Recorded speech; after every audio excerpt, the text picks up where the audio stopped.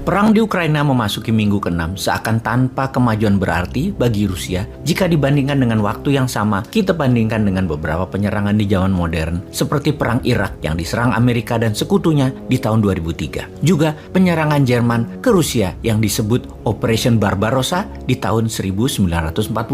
Perubahan pola serang Rusia ke Ukraina dari serangan kilat ala Nazi dengan blitzkriegnya diubah menjadi ala Aleppo tidak mengejutkan banyak pengamat intelijen pertahanan. Strategi bumi hangus adalah perang psikologi bagi yang lemah. Perang yang direncanakan cepat menjadi perang psikologi yang bisa panjang masanya. Kita akan bahas perbedaan perang di Ukraina ini dengan perang Irak di tahun 2003 dan Operation Barbarossa di tahun 1941. Tentunya yang kita bahas dalam 3 perang tersebut adalah taktik perangnya, bukan efek perangnya pada dunia. Namun sebelumnya, ada hal yang kita masuki terlebih dahulu, informasi yang tidak kalah penting tentang masa depan minyak bumi. Kita semua tahu bahwa dunia saat ini didominasi kebutuhan akan minyak bumi. Minyak bumi adalah sumber energi terpenting saat ini di bumi. 70% perang di dunia saat ini ada di negara penghasil minyak bumi demi negara sekutu mengendalikan produksi minyak dunia, suplai minyak, dan harga minyak dunia. Selain untuk listrik, maka minyak bumi terbanyak digunakan sebagai bahan bakar kendaraan. Dan mungkin sahabat akan terkejut mengetahui berapa banyak benda yang dihasilkan berdasarkan minyak bumi, atau dengan kata lain, jika minyak bumi tidak pernah ada, maka benda ini pun tidak akan ada.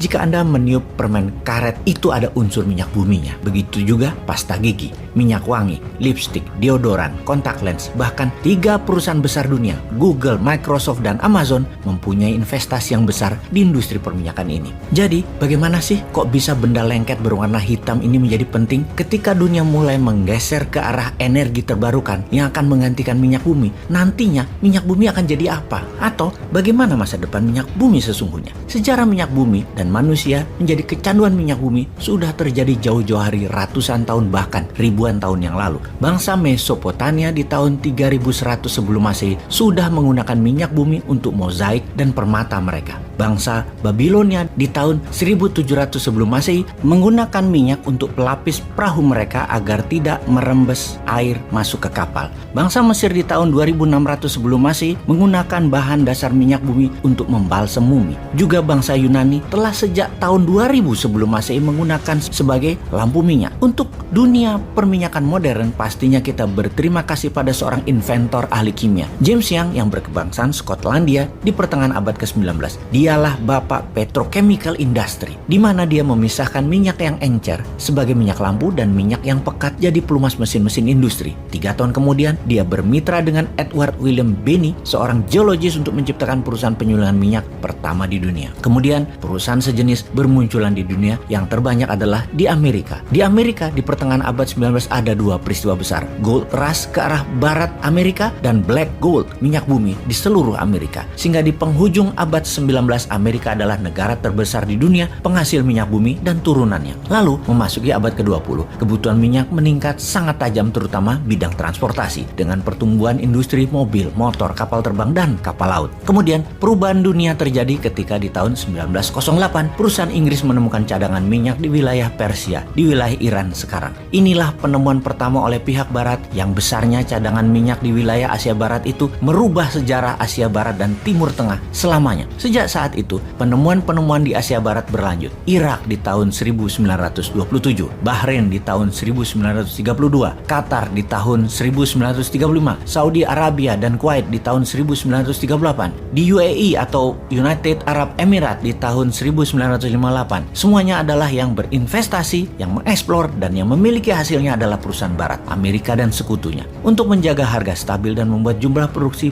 berlaku adil, negara-negara Timur Tengah itu berinisiatif membuat organisasi, yaitu OPEC, Organization of Petroleum Exporting Country, atau organisasi negara-negara pengekspor minyak. Diciptakan dalam konferensi di Baghdad di tahun 1960. Negara pendirinya adalah Iran, Kuwait, Irak, Saudi Arabia, dan Venezuela. Kemudian banyak negara bergabung. Qatar di tahun 61, Indonesia di tahun 62, Libya di tahun 62 juga, UAE juga di tahun 1967, Nigeria di tahun 71, dan Ekuador di tahun 1973, kemudian Gabon di 1975. Mereka, OPEC tersebut, mengendalikan 80% cadangan minyak dunia dan memproduksi 44% minyak dunia. Kekuatan OPEC dan dominasi OPEC sangat kuat sekali waktu itu. Apa buktinya? Ketika perang Arab Israel di tahun 1973, OPEC mengembargo, melakukan sanksi ekonomi kepada Amerika dan sekutunya karena mendukung Israel. Harga minyak dari $3 per barel dibuat naik 400%, jadi $12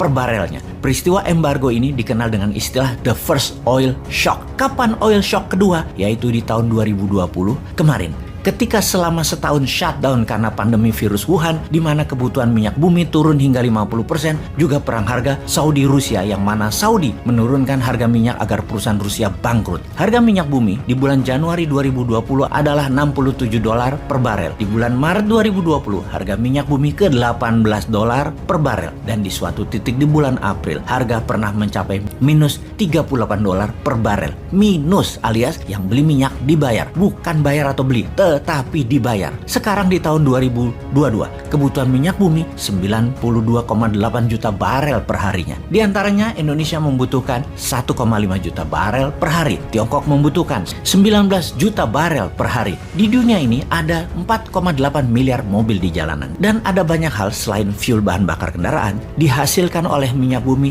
yang belum bisa digantikan oleh energi terbarukan seperti tempat tidur, kamera, karpet, komputer, bola golf, botol, pestisida, pipa, gorden, ban, X-ray, dan banyak lagi. Sebuah fakta, mobil listrik akan merubah dunia transportasi, namun tidak akan merubah kebutuhan akan minyak bumi. Jadi, ketika dua negara berperang, Ukraina dan Rusia yang merupakan penghasil 15% minyak dunia, kira-kira apa yang terjadi ke depan terhadap masa depan minyak bumi di Indonesia? Juga terhadap harga barang-barang di Indonesia? Kemana kira-kira pikiran pejabat yang berkuasa saat ini? Sudah siapkah?